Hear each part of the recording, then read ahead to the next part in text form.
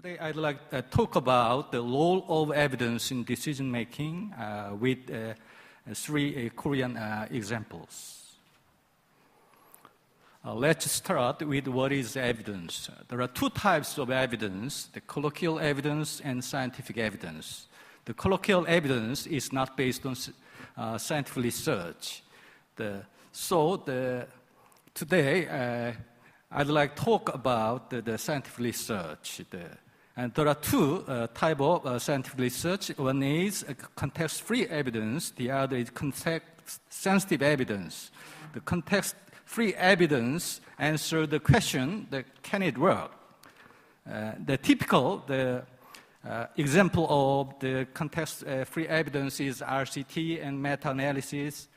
And the context-sensitive evidence, the role of context-sensitive evidence is to explain both what it works and how, or whether it might be implemented in the specific circumstances under consideration.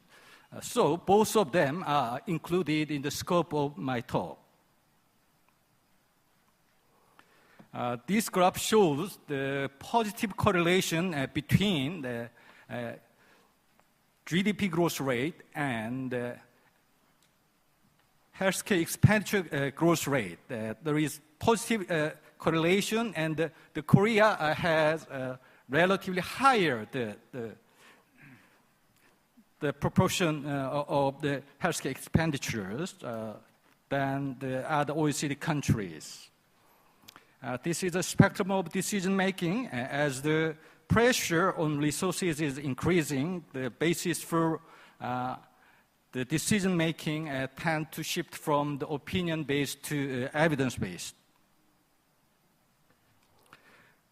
This figure shows the full spectrum of HTAi with two dimensions. The horizontal dimension means the method or approaches, and the vertical dimension is type of technologies and interventions in HTAi. The common method used in HTAi are RCT, systematic review, or cost-effectiveness analysis. In Korea, the main target of the HTAi is drug and procedures. So the most HTAi activities in Korea occupies the lower and the left corner of this picture. In order to get the full benefits of HTAi, the horizontal and vertical expansion of evidence generations are needed. We will examine three cases of evidence, three cases of decision-making in the real world: the opinion-based decision-making and evidence-based decision-making and mixed forms of decision-making. I believe all countries have their own mix of these three kinds of decision-making. The first case is the National Cancer Screening Program in Korea. This program was launched in 1999. It covers 5 most common cancers, including stomach, liver, colorectal, breast, and uterine cervix cancer. This is the guideline for National Cancer Screening Program. This guideline was developed by National Cancer Center with Ministry and associated academic societies. This guideline was developed through informal consensus method. Let's look at the evidence. According to the summary of evidence, tells us that based on fair evidence, screening would not result in decrease in mortality from liver cancer, and based on fair evidence, screening would result in rare but serious side effects. We find some mismatches between evidence and decision in the real world. At the time of decision, and even now, we have no evidence supporting the liver cancer screening program in Korea. In order to confirm whether it is effective, efficient, or equitable or not, we do need evidence. This is the second example about the clinical practice in primary care setting in Korea. The one study in Korea reveals that substantial proportion of clinical interventions in primary care setting, ranging 20% to 40%, are not based on strong evidence. Recently, the guideline developed activities in Korea have much increased. This figure shows the quality of guideline.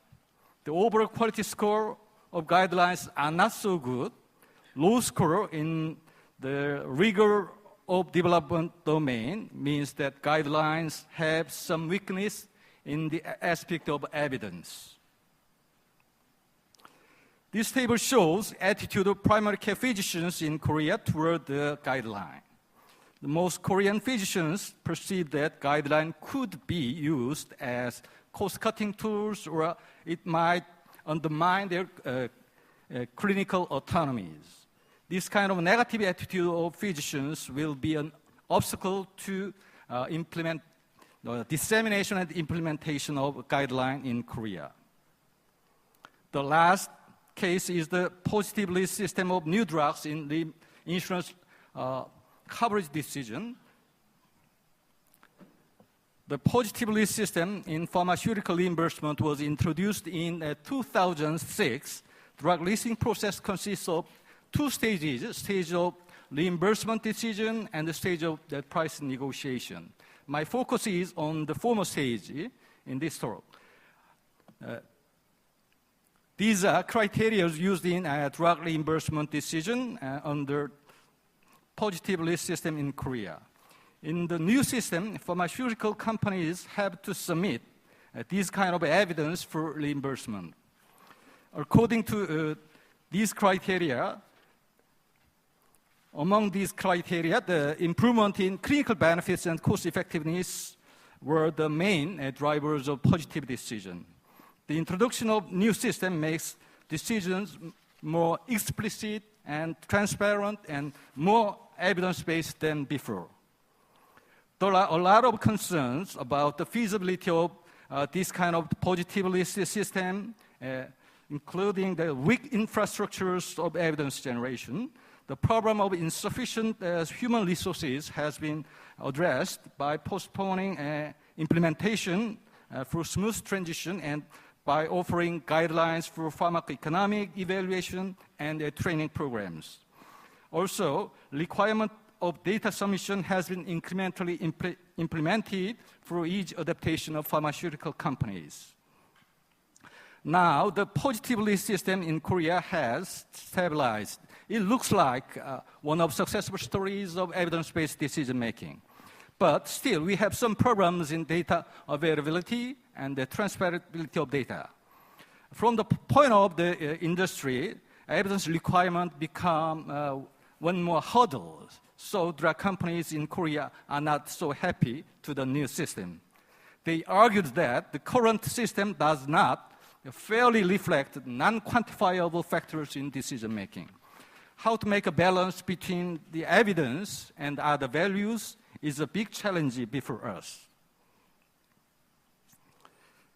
In these three cases, there are some facilitators and barriers to the use of evidence under the various settings of decision-making in Korea. It's a kind of context-sensitive issues. I'll skip the detailed discussion due to time constraint. In the field of business administration, some scholars classify the roles of evidence in decision-making into three: the make decision, inform decision, and support decision. This figure shows the role of evidence in decision-making. In the positive list MCSK, the evidence makes decision, and the National Cancer Screening Program, there was a decision without evidence. We need evidence after decision making. It will be a kind of the support decision case.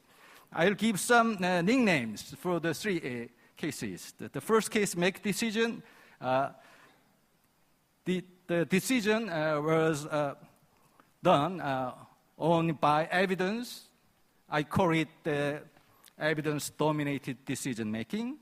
And the the last case, the evidence generation after making decision, I'll call it decision-based evidence making.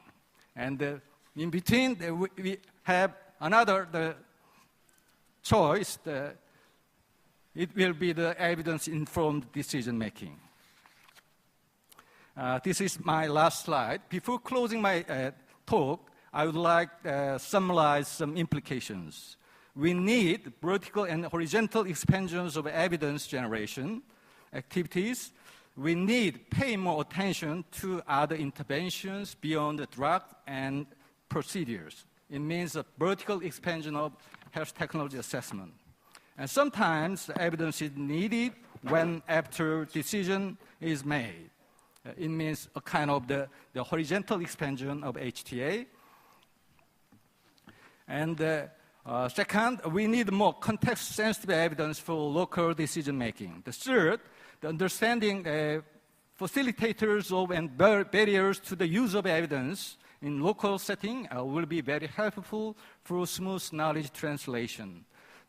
One of the big challenges is how to make a right balance between the evidence and other factors which has not been easily quantified yet. Thank you for your attention. It's really an excellent lecture, summarized.